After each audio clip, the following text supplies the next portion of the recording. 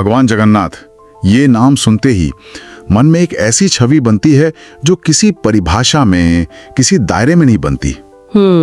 उनकी वो विशाल गोलाकार आंखें, अधूरी भुजाएं, ऐसा लगता है जैसे ये स्वरूप जानबूझकर गढ़ा गया है ताकि हम सवाल पूछें। बिल्कुल। वो सिर्फ विष्णु का एक रूप या उड़ीसा के देवता नहीं है, वो करुणा का एक अनंत सागर है जो राजा, रंक, पंडित, अनपढ़ में कोई भेद ही नहीं करते। सही बात है। आज हमारे पास जो स्रोत है वो हमें इसी रहस्य की गहराइयों में ले जाते हैं।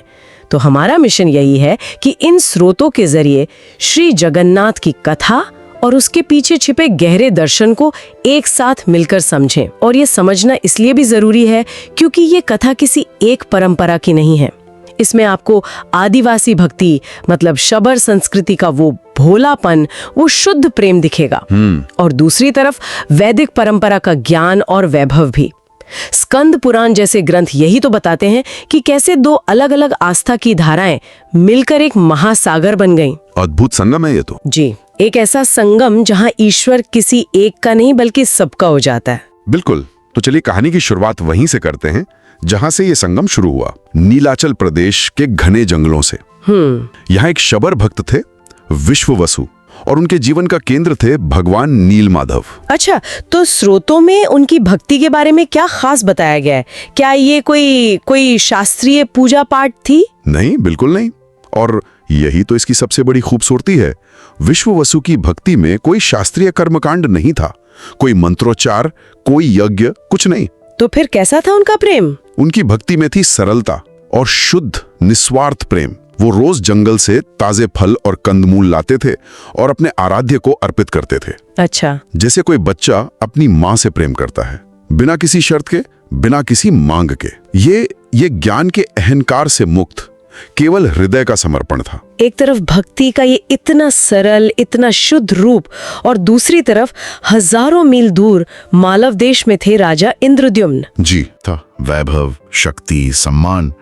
लेकिन कहते हैं कि उनके मन में एक अजीब सी अशांति थी, एक खालीपन था। हाँ, उन्हें सपनों में बार बार एक दिव्य देवता के दर्शन होते थे, एक नीलवर्ण आभा वाले, करुणामयी आंखों वाले देवता जो उन्हें अपनी ओर खींचते थे। और वो सपना इतना प्रबल हो गया कि राजा के लिए बाकी सब कुछ अर्थहीन हो गया। उन्होंने एक संकल्प ले लिया जो किसी भी राजा के लिए बहुत बड़ा होता है। क्या संकल्प था वो? उन्होंने कहा, जब तक उस परमात्मा के दर्शन ना कर लो, इस जीवन की सार्थकता क्या। ये एक राजा का राजपाट छोड़कर सत्य की खोज में निकलने का दृढ़ निश्चय था। एक राजा जिसके पास सब कुछ है, वो एक सपने के पीछे अपना सब कुछ दांव पे लगाने को तैयार है। ये बात अपने आप में अविश्वसनीय लगती है। तो उन्होंने पहला कदम क्या उठाया? किसे भेजा इस नामुमकिन से लगने वाले काम पर? उन्होंने अपने सबसे विश्वास पात्र और विद्वान ब्राह्मण विद्यापति को इस खोज पर भेजा। लेकिन ये कोई आसान यात्रा नहीं थी। जाहिर है। विद्यापति को घने जंगलों से गुजरना पड़ा, जंगली जानवरों का खतरा था, और सबसे बड़ी चुनौती शबरों का अविश्वास। अच्छा, वो क्यों? वो अपने आराध्य के रहस्य को किसी बाहरी व्यक्ति के सामने उजागर नहीं करना चाहते थे। अपनी आस्था को लेकर बहुत सुरक्षात्मक थे। तो फिर विद्यापति उन तक पहुंचे कैसे? यहाँ कहानी में एक बहुत दिलचस्प मोड़ आता है ना? हाँ, यहीं पर नियति अपना काम करती है। विद्यापति ने शबर सरदार विश्ववसु की बेटी ललिता से मित्रता की और फिर विवाह भी किया। अच्छा। ललिता के माध्यम से ही वो विश्ववसु का विश्वास जीतने में सफल हुए। लेकिन विश्ववसु अपनी बेटी को विद्यापति के साथ भेजने के लिए मान तो गए, पर उन्होंने एक अजीब शर्त रखी। शर्त ये थी कि विद्यापति को आंखों पर पट्टी बांधकर ले जाया जाएगा ताकि वो रास्ता ना देख सकें। जी। ये सिर्फ रास्ता छिपाने की कोशिश थी या इसके पीछे कोई गहरा प्रतीकात्मक भी है? दोनों ही बातें हैं। ऊपरी तौर पर देखें तो ये अपने देवता के रहस्य को बचाने की कोशिश थी, लेकिन इसका गहरा प्रतीकात्मकवाद ये है कि ईश्वर का असली दर्शन बाहरी आंखों से नहीं होता। जब हमारी सांसारिक आंखें बंद होती हैं, तभी भीतर की ज्ञान की आंखें खुलती हैं। लेकिन विद्यापति चतुर भी थे। उन्होंने क्या किया? उन्होंने अपनी मुट्ठी में सरसों के बीज छिपा लिए थे और रास्ते भर उन्हें गिराते गए, ताकि बाद में जब बीज अंकुरित हों तो वो राजा और उनकी सेना के लिए एक मार्ग बन जाएं। ये तो बहुत चालाकी की बात हुई। हाँ, पर इसे भक्ति की युक्ति कह सकते हैं।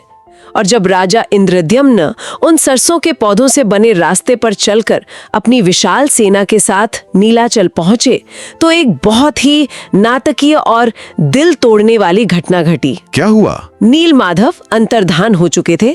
वो गुफा खाली थी। कल्पना कीजिए उस राजा की स्थिति की, जिसने अपना सब कुछ दांव पर लगा दिया था। वो जब अपनी मंजिल पर पहुंचा तो मंजिल ही गायब हो चुकी थी। बिल्कुल। उन्हें तो लगा होगा कि उनके साथ धोखा हुआ है या ईश्वर उनसे रूठ गए हैं। जी, राजा का हृदय शोक से भर गया। वो एक बच्चे की तरह रोने लगे और उन्होंने वहीं कठोर तपस्या शुरू कर दी। और ये तपस्या केवल अन्न जल का त्याग नहीं थी, ये उनके अहंकार का भी त्याग था। राजा होने का अहंकार, शक्तिशाली होने का, सब कुछ पा लेने की क्षमता रखने का अहंकार। तो इस तपस्या ने उन्हें भीतर से तोड़ दिया, शुद्ध कर दिया। बिल्कुल। यहां से ये बात और भी दिलचस्प हो जाती है। जब राजा शोक और तपस्या में पूरी तरह टूट चुके थे, जब उनका मैं पूरी तरह विलीन हो गया था, तब क्या हुआ? तब एक आकाशवाणी हुई। एक दिव्य आवाज गूंजी, हे राजन, दुखी मत हो।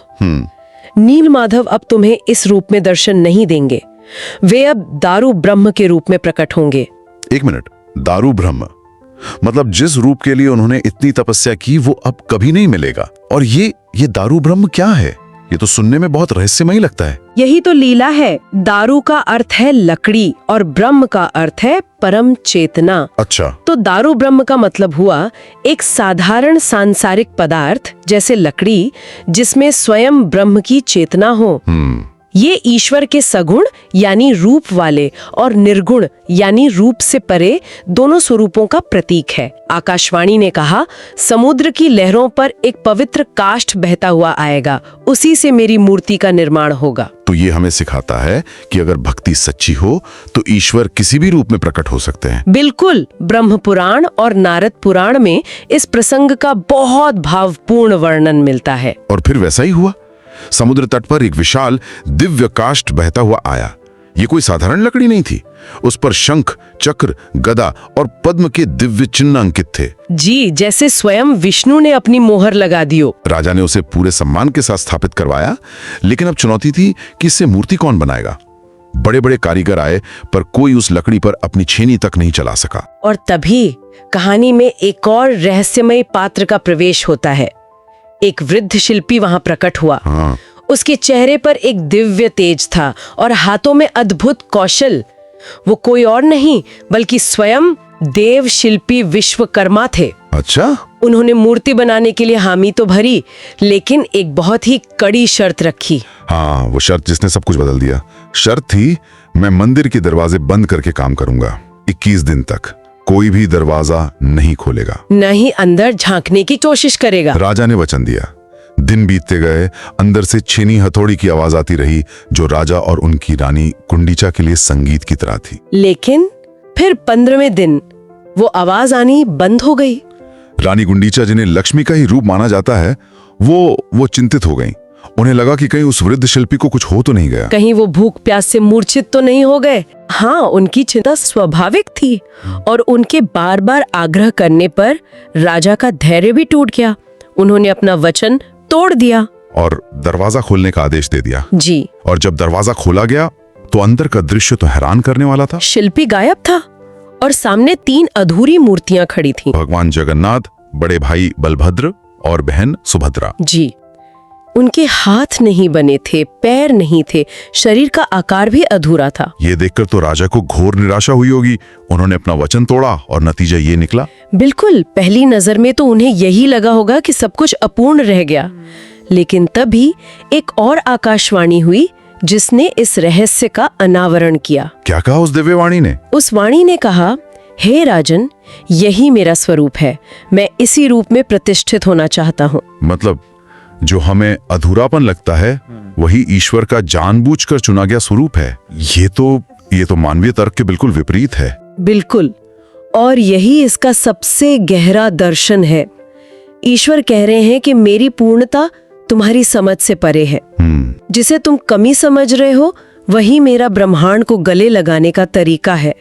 उनकी अधूरी भुजाओं का दर्शन ये है कि मैं किसी एक को बांधने के लिए नहीं, बल्कि सबको आलिंगन देने के लिए हूँ। अच्छा, अगर हाथ पूरे होते तो शायद वो किसी एक भक्त को पकड़ लेते। हाँ, लेकिन अधूरी भुजाएं मतलब खुला आलिंगन जिसमें सब समा सकते हैं। और उनके अदृश्य पैरों का क्या अर्थ है? अदृश्य पैरों का अर्थ है कि वो किसी एक दिशा में या एक स्थान पर सीमित नहीं है। वो हर दिशा में है, हर कण में, हर भक्त के हृदय में उपस्थित है। उन्हें कहीं आने जाने के लिए पैरों की आवश्यकता नहीं। ये तो अद्वैत दर्शन का साकार रूप हो गया। जी, रूप में होते हुए भी रूप से परे।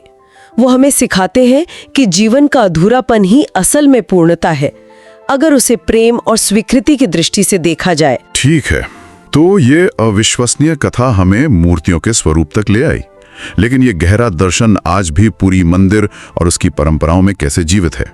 पुरी को 4 धामों में से एक माना जाता है और एक बहुत प्रसिद्ध उक्ति है, काशी में मरण से मोक्ष, पुरी में दर्शन से। हाँ, इसका क्या मतलब है? इसका अर्थ है कि भगवान जगन्नाथ के दर्शन का पुण्य काशी में शरीर त्यागने के बराबर है। और ये दर्शन सिर्फ मूर्ति तक सीमित नहीं है। मंदिर की विशाल रसोई को देखिए। दुनिया की सबसे बड़ी रसोई। जी, कहा जाता है कि वहाँ प्रसाद कभी कम नहीं पड़ता, चाहे भक्तों की संख्या कितनी भी हो। और सब कुछ मिट्टी की हांडियों में 7 बर्तनों को एक के ऊपर एक रखकर लकड़ी की आग पर पकाया जाता है। मैंने ये भी सुना है कि सबसे ऊपर रखे बर्तन का खाना सबसे पहले पकता है। ये तो विज्ञान के नियमों के भी विरुद्ध है। हाँ, इसे भगवान का चमत्कार ही माना जाता है। लेकिन इससे भी बड़ी बात है महाप्रसाद का दर्शन। जब वो प्रसाद भक्तों में बंटता है तो जाति, धर्म, ऊंच नीच के सारे भेद मिट जाते हैं। सब एक साथ एक पंक्ति में बैठकर उसे ग्रहण करते हैं। ये सामाजिक समानता का सबसे बड़ा जीवंत उदाहरण है, जो हजारों सालों से चला आ रहा है। और फिर आती है विश्व प्रसिद्ध रथ यात्रा। ये सिर्फ एक उत्सव नहीं है, ये एक बहुत गहरा दार्शनिक प्रतीक है। बिल्कुल। रथ यात्रा के दिन भगवान स्वयं अपनी सीमाओं को तोड़कर, अपने आसन को छोड़कर सड़कों पर उतर आते हैं। क्यों? क्योंकि हर भक्त मंदिर तक नहीं पहुंच सकता, लेकिन भगवान हर भक्त तक पहुंच सकते हैं। ये ईश्वर की करुणा का चरम है। तीनों रथों के नाम भी बहुत सुंदर है। बताइए। जगन्नाथ जी का रथ है नंदी घोष, बलभद्र जी का तालध्वज और बहन सुभद्रा का रथ है दर्प दलन। दर्प दलन यानी अहंकार का नाश करने वाला। ये नाम तो बहुत शक्तिशाली है। हाँ, और जब लाखों लोग मिलकर उन रथों की रस्सी खींचते हैं तो वो सिर्फ एक रथ को नहीं खींच रहे होते। तो वो क्या कर रहे होते हैं? सामूहिक शक्ति का प्रतीक है। एक और बहुत ही अनूठी और रहस्यमय परंपरा, नवकलेवर। ये हर साल नहीं होती है ना? नहीं, नवकलेवर का रहस्य अद्भुत है। ये हर 12 से 19 वर्षों में एक बार होता है, जब एक विशेष ज्योतिषीय योग बनता है। यानी जब आषाढ़ के 2 महीने आते हैं। अच्छा, इस दौरान भगवान जगन्नाथ, बलभद्र और सुभद्रा की पुरानी मूर्तियों को विसर्जित कर दिया जाता है और पवित्र नीम की लकड़ी से नई मूर्तियों का निर्माण होता है। तो ये एक तरह से भगवान का पुनर्जन्म जैसा हुआ? आप कह सकते हैं, लेकिन इसमें एक बहुत गहरा रहस्य है। जब नई मूर्तियां बनती हैं, तो एक चीज है जो कभी नहीं बदलती, ब्रह्म पदार्थ। ब्रह्म पदार्थ वो क्या है? ये एक रहस्यमयी पदार्थ है जिसे सबसे वरिष्ठ पुजारी आंखों पर पट्टी बांधकर, हाथों में कपड़ा लपेटकर, पुरानी मूर्तियों के हृदय से निकालकर नई मूर्तियों में स्थापित करते हैं। कहते हैं कि उसमें इतनी ऊर्जा होती है कि उसे नग्न आंखों से देखने वाला अंधा हो सकता है। ये तो बहुत ही अविश्वसनीय है। तो इस पूरी प्रक्रिया का संदेश क्या है? इसका संदेश गीता के सार जैसा है। देह नश्वर है, आत्मा अमर है।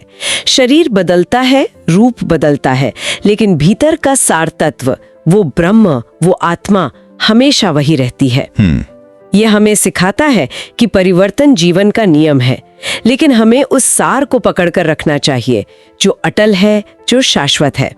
ये एक महत्वपूर्ण प्रश्न खड़ा करता है कि हम अपने जीवन में परिवर्तन को कैसे देखते हैं, एक अंत की तरह या एक नए आरंभ की तरह। और एक और प्यारी सी लीला है, जब भगवान रथ यात्रा से लौटते हैं तो देवी लक्ष्मी नाराज होकर मंदिर का दरवाजा बंद कर लेती हैं। हाँ, फिर भगवान उन्हें मनाते हैं, जो अपनी पत्नी के मान का सम्मान करते हैं। अच्छा, वो उन्हें मिठाई खिलाकर मनाते हैं। ये दाम्पत्य जीवन की मिठास और गृहस्थ धर्म के महत्व को स्थापित करता है। तो इन सभी स्रोतों और कथाओं को मिलाकर देखें तो सार यही है कि जगन्नाथ वो ईश्वर है जो भक्त की स्थिति नहीं देखते हैं, सिर्फ उसका भाव देखते हैं। बिल्कुल। वो शबर विश्वसु की झोपड़ी में भी थे और राजा इंद्रद्युम्न के महल में भी, इसीलिए वो जग के नाथ हैं। और शायद सबसे बड़ा संदेश यही है कि पूर्ण होने के लिए पूरा दिखना जरूरी नहीं है। सही कहा। अधूरेपन में भी एक गहरी पूर्णता छिपी हो सकती है। बिल्कुल। और अंत में श्रोताओं के लिए एक विचार छोड़ना चाहूंगी। जगन्नाथ का अधूरा स्वरूप हमें अपने और दूसरों के अधूरेपन को आलोचना से नहीं बल्कि प्रेम और स्वीकार्यता की दृष्टि से देखना सिखाता है। हम अपनी कमी या अधूरापन मानते हैं, चाहे वो हमारे कौशल में हो, हमारे रिश्तों में या हमारे शरीर में, उनमें भी कोई दिव्य उद्देश्य या कोई गहरी पूर्णता देख सकते हैं।